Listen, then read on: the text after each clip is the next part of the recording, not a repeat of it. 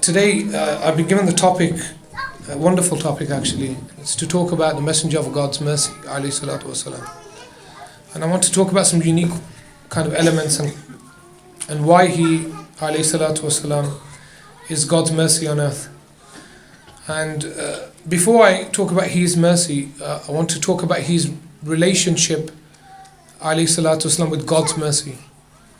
Why? Because Allah is Arhamur Rahimin, He is the most merciful of all. So by definition, God is the most merciful. So the Messenger of God, his mercy is a manifestation of the mercy of Allah Jalla wa'ala. So first, to understand the mercy of the Messenger of God, you must understand the mercy of Allah. And the reason for that is we often kind of lose track of how merciful Allah Jalla wa'ala is. It's easier to connect to the mercy of the Messenger of God because we saw it in practice, practically. His relationships with his family members, with the Sahaba, with the people around him, with the people in the future that would come. So it's easy to kind of see that mercy in action, but sometimes it's not easy to see the mercy of Allah Jalla wa'ala when we kind of meet that mercy in our lives, when we're granted such mercy. I want to mention a wonderful hadith of God's mercy to begin with. And mercy is something very, very important in the dunya. The Messenger of God narrates that a man, or states that a man on the Day of Judgment stands in front of God. And if anybody has any state of trauma or an experience they had in their lives where they were wronged and it really affected their lives, or somebody's being abused or anything of that kind where one is forever affected by a particular event, that person arrives at the gate of God on the Day of Judgment. In front of God stands, and that person complains about the trauma that they have, the event that took place, the hurt that they carry from the dunya into the akhirah. And Allah subhanahu wa ta'ala commands the person to go to a particular river in the hereafter and to bathe in that river. And when the person comes out of that river, God asks the person if they have any recollection of that event, and the event is completely erased or removed from the person. And this is the divine mercy of Allah Jalla wa'ala, that anything that we take from the dunya into the akhirah of pain will be wiped away by God's mercy. And to understand that, only when we understand divine mercy, the mercy of Allah subhanahu wa ta'ala, can we begin to kind of relate it to the character of the Messenger of God alayhi salatu wasalam. Another story, there was a woman in Medina Munawwara, and we don't know her original situation of why she became how she became. But she had completely lost her senses. She would walk around the city. Any child she would find, she would hug those children and say they were her children. And the Messenger of God would give her a lot of time as well. She would meet the Messenger of God alayhi salatu in the middle of he's kind of journeying from one place to another. And she would begin to just tell her story or different stories all the time. And he would sit there in the street with her, knowing that she had a mental illness, knowing that she had some trauma, and he would let her just speak and he would give her that time. And one day she was hugging some children and she wouldn't let them go, and the Messenger of God said alayhi salatu, know that your Lord loves his creation or loves his servants 70 times more than this woman loves that child or shows her love for that child. The Messenger of God is the embodiment of divine mercy in the sense that he is endowed with the most mercy that any prophet has ever been endowed with by Allah subhanahu wa ta'ala. His most central quality, I believe, is, as God mentions, وَمَا أَرْسَلْنَاكَ إِلَّا رَحْمَةً لِلْعَالَمِينَ, we do not send you except as a mercy. However, we talk about the mercy of the Prophet ﷺ, but it doesn't transfer into our lives. We don't inculcate that type of mercy, nor do we sometimes see. I would push it and say sometimes we fail to really truly understand his mercy alayhi salatu wasalam, how merciful he was, and how do we take some of that mercy and apply it to our lives. I want to talk about how he was merciful to us as a ummah, even sitting here today. And I will mention some hadith inshallah, how we warn people against being angry with others, not forgiving other people, not showing mercy to other people. In the famous hadith Musalsal bil Awwaliya, he states, Ar-Rahimuna yarhamuhum ar-Rahman, the merciful ones, yarhamuhum ar-Rahman, the ones who show mercy, God will show mercy to them, or the merciful one will show mercy to them. Irhamu man fil ardi yarhamkum man fis sama. Be merciful to those in the earth, and the one in the heavens will be merciful to you. There's a wonderful story of Sayyidina Umar, and he was playing with one of his children, and he was lying, and the child is on top of his stomach, and he's throwing the child up, and the child's falling, and he kept doing it, and a man walks in. The man's name was I can't remember his name, but he was a tax collector for the caliphate, and he comes in, and Ash'ath, I think his name was, and he says to Sayyidina Umar, he asks him, he said, do you play with your children?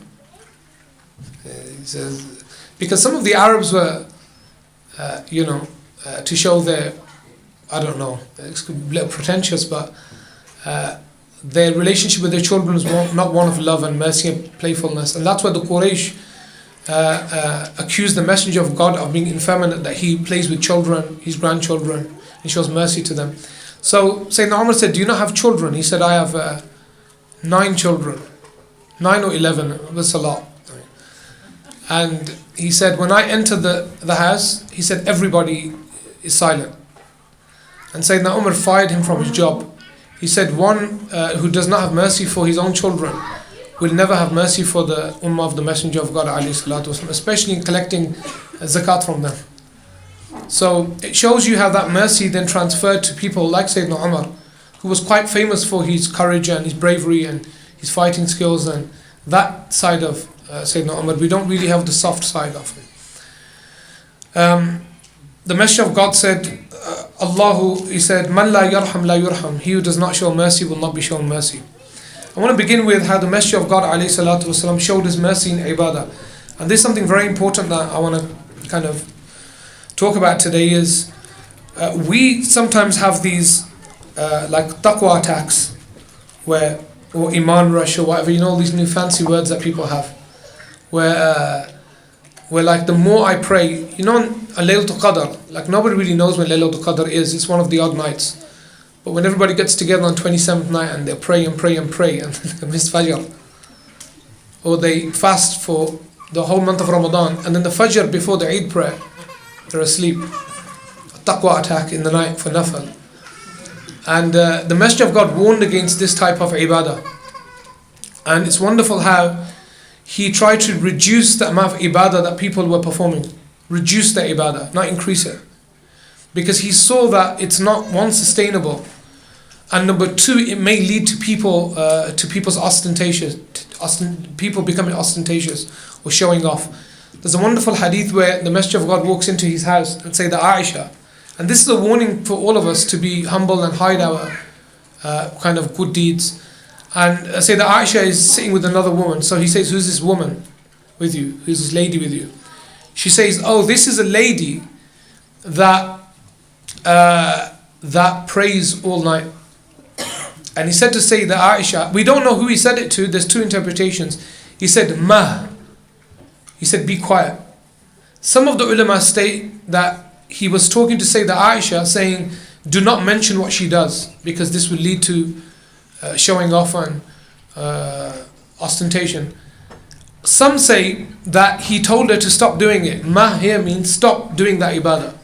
Don't pray like that in the night time as you pray. And then he said, only pray as much as you can. Only pray as much as you can. And the next wording he uses is incredible. He says, God will never tire of your prayer. Meaning God will never stop rewarding you as long as you don't mention it.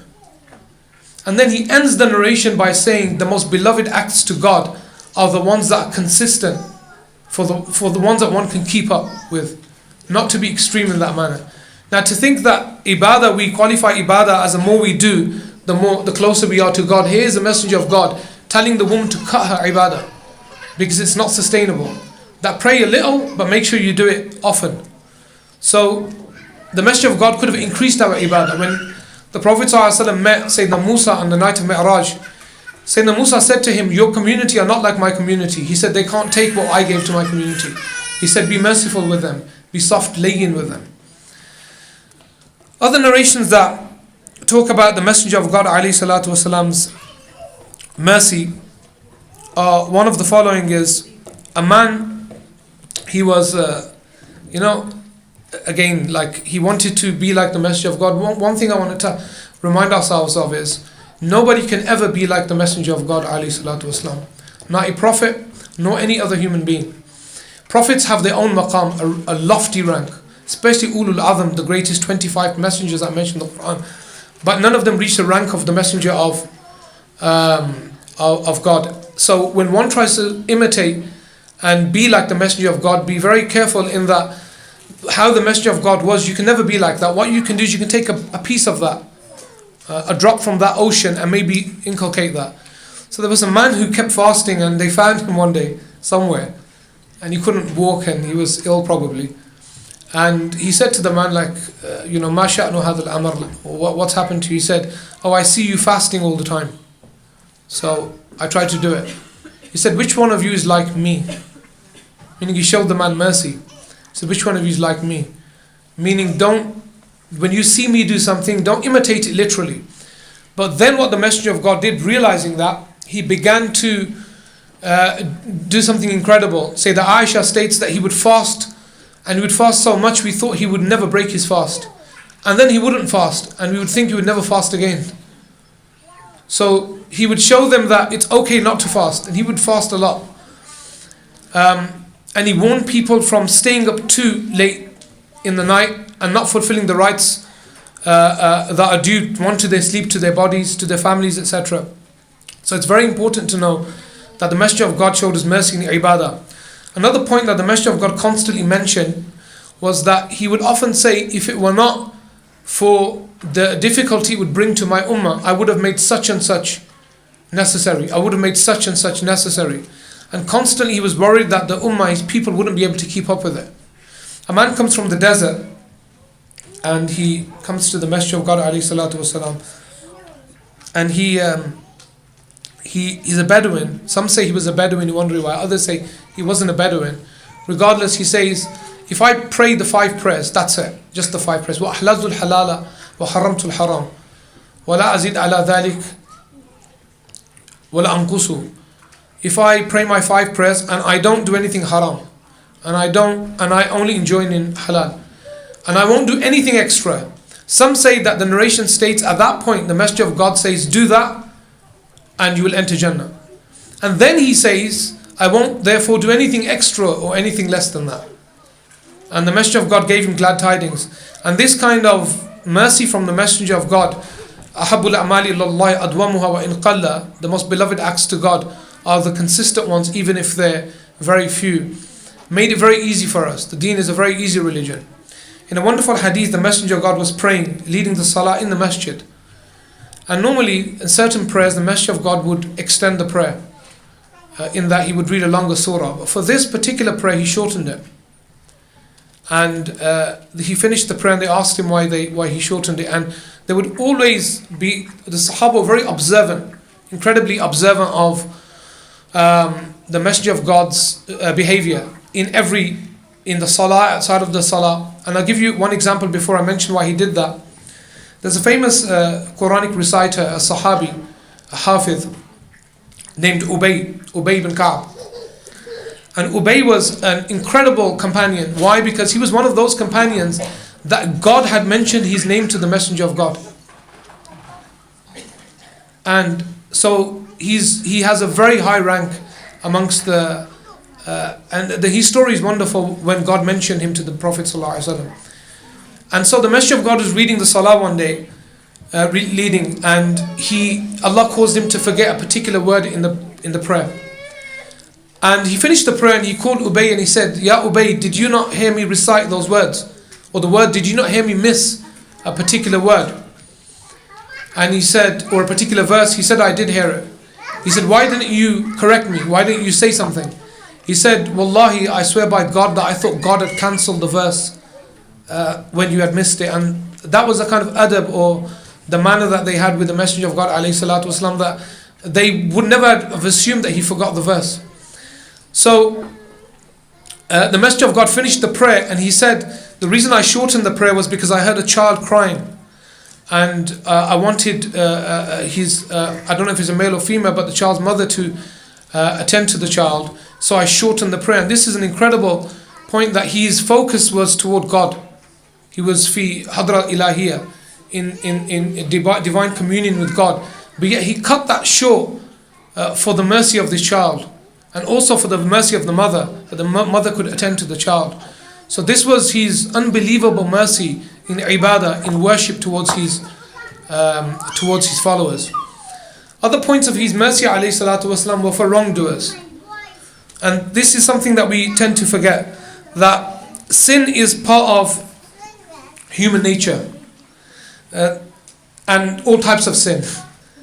There's a hadith of the Messenger of God where he states alayhi salatu wasalam, he states كَتَبَ اللَّهُ لِكُلِّ ابْنِ آدَمْ حَظَّهُ مِنَ الزِّنَى, that every son of Adam God has predestined for him a portion of zina, fornication. Everybody. And then the Sahaba thought, many of them, thought, what does that mean? We haven't committed zina. And he said, La, he said, Al-Ainu tazni, the eye commits zina when it looks at haram. And then he continued in the hadith, i.e. that everybody at some point will sin. And the best of them are those who turn to God and ask for forgiveness. But I want to mention some points from, this is going to be really odd, but I'm going to mention it, from Carl Rogers. Let me get my Twitter feed up. I did put it on Twitter some time ago. Here we go. So, and this is really interesting. Carl Rogers was a famous, I don't know what he was a psychologist in America. And he's like one of the founding fathers of certain forms of therapeutic change. And he said some incredible things. He mentions 3 things which I just want to briefly mention. 3 conditions of therapeutic change. And take what he says and just think about the Messenger of God, alayhi salatu. And people, imagine you went to the Messenger of God today and you had a problem. You committed a sin. You had a problem in your life. You were distressed about something. You've lost your money, your job, whatever it may be. And you went to ask the Messenger of God either for help or just for him to listen to you. Carl Rogers states that there are certain conditions for therapeutic change for you as a counselor, for you as somebody that's trying to reform this person or help them. There are 3 things that are necessary. He says, number 1, he says that the 3 conditions for therapeutic change are, this is my words, sir. Number 1, yeah, I don't want to mention those. Yeah. Now, he maintains that therapists must have 3 attributes to create a growth-promoting climate in which individuals can move forward and become capable of becoming their true self. Number 1, congruence. That when you want to advise somebody, you must be genuine and real. That they must know that you are genuinely concerned with their problem. And the Messenger of God, alayhi salatu wasalam, every person that went to him, he was genuinely concerned, because he was genuinely concerned for us, people that would come 1400 years later. He showed his concern in the famous hadith for the entire ummah, where he sits with the companions and he says that every prophet was given a da'wah, meaning he was given a prayer, and they asked for their prayer to be fulfilled in the dunya. A certain prophet wanted this, he was given it. A wish, maybe you could translate it as. They said, "O Messenger of God, what was your prayer?" He said, "I haven't given my prayer up." He said, "My prayer is for the day of judgment." They said, "What is your prayer?" He said, "My prayer on the day of judgment would be to save my community." That he didn't use his wish, his prayer in this world. So that genuineness, that he even is looking at the day of judgment to save this, just to save his own people. Alayhi salatu wasalam. Number 2, unconditional positive regard. That the person who comes to the Messenger of God, he accepts them and cares for them. Whatever they are, that he just accepts them. Like Nu'man coming drunk to the Messenger of God, he just accepted him. A man who's buried his own daughter alive, weeps and makes everybody in the congregation weep. After he tells the story of how he buried her alive and she could still hear her screams, he completely accepts him. He lets him tell his story, he weeps with the man. And at the end of the story he says, "Say these words," meaning the shahada, and God will forgive you for it. He completely accepts what he... Hind comes to him, the woman who was responsible for the murder of the killing of his uncle, the most beloved uncle to him. He comes, he completely accepts her, and he takes her shahada without a problem. Abu Sufyan, his uncle who had done what in relation, who had done so many bad things to him in Mecca, completely accepts him. You know, when the Messenger of God enters Mecca and Abu Sufyan comes to him, he says to him, Anta Karim wa wabnu akh Karim. He says, you are a nobleman and your father was a nobleman. He said, have mercy on your family or your people today.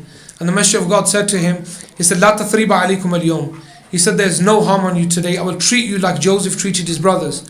And he said, whoever locks his door, no harm will come to him. And whoever takes refuge in the house of Abu Sufyan, no harm will come to him. So he had complete acceptance and care when people came to him. The third quality that Carl Rogers mentions is accurate, empathic understanding and ability to deeply grasp the subjective world of another person. The fact that he was perfect, he could completely grasp the world that the other person was living in. Because often when people come to us, we can't understand their state, we can't empathize with them. But yet, the Messenger of God, being the best of creation, he still completely empathizes, understands that person's hurt, that person's pain, that person's sin, even though he never committed it. He understands where they are. Like the man who came to him and said, legalize for me zina. The Messenger of God just could have thrown him out. And some say that he made him come back. He sent him away. He said, go and think about it, what you've said, and come back tomorrow and see if it makes sense to you. And it took 3 days for the man to understand his problem. No zajar, no admonition, no telling him, how dare you come in the presence of the Messenger of God. Imagine that level of empathy that he's showing to people, and how comfortable they were coming to him and kind of seeing him as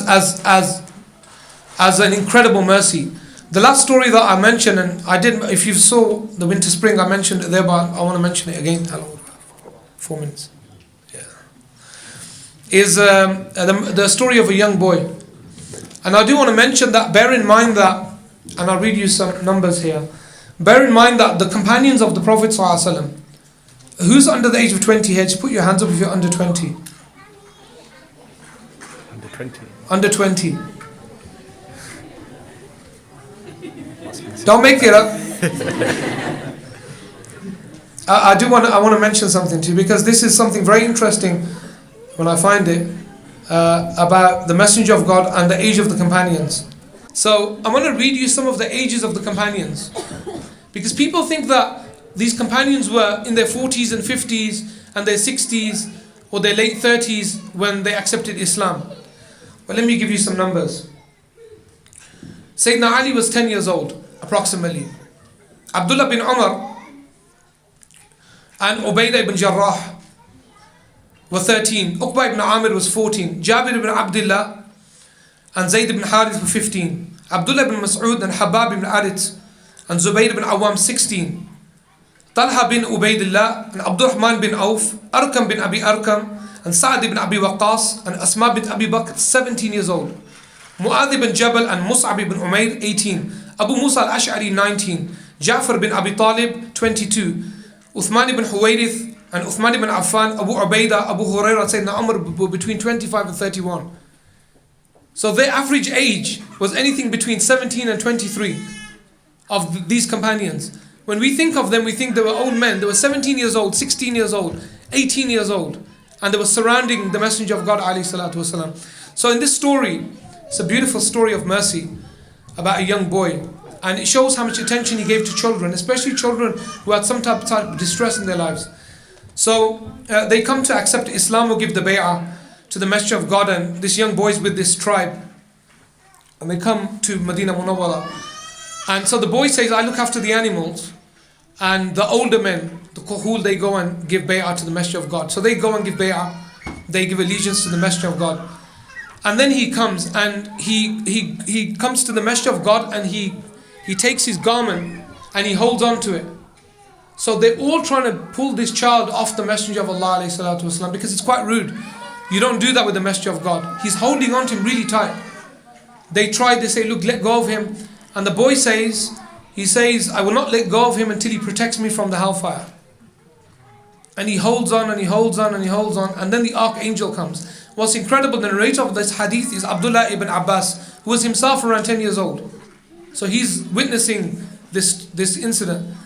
And then Sayyidina Jibreel comes and says to the Messenger of God, let him go, for indeed God has protected him from the fire.